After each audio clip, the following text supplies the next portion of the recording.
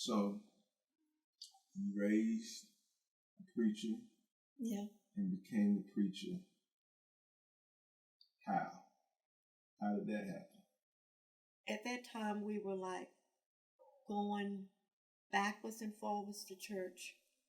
And like I say, I enjoyed church. I've always enjoyed church since I was a little girl.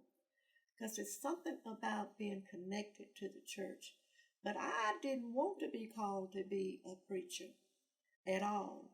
And to back up a little bit, I mean, that happened not in my younger days. It happened in my latter days. And Tyrone became a preacher. Pastor Barnette, he became a preacher before I did. And I remember him just talking about how he felt about God and what he wanted to do for God, and that he wanted God to be pleased with his life. And he was always impressed with me and his daddy, because he says he said he was raised in a home that was united with God. And then God started dealing with me. And when he called me and he says, I want you to preach the gospel, I says, no way. So I told Charles, I said, I went in the kitchen. I remember going in the kitchen telling Charles that God had called me. And he says, well, he called you. He didn't call me.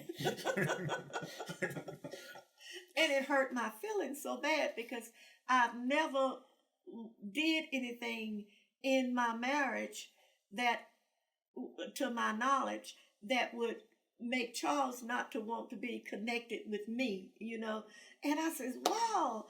And I went back the kitchen was there, and I went back down the hall, and I had tears in my eyes and stuff like that. And I says, and I didn't just answer the call right then. And I waited, and God just kept putting it on me, just like, I'll be with you, and a dream after dream.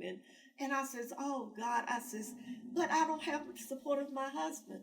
He says, and I remember this one dream I had, I'll be with you. Open your mouth and speak. And he says, and spread the good news. And I says, well, I'll do it. And so I did, and I told Charles, I says, whether you go with me or be with me, I'm going to go. And that's what I did. Yeah. But it was devastating not for him to say he called you, not me. When we're supposed to be one. That won't right. So tell me,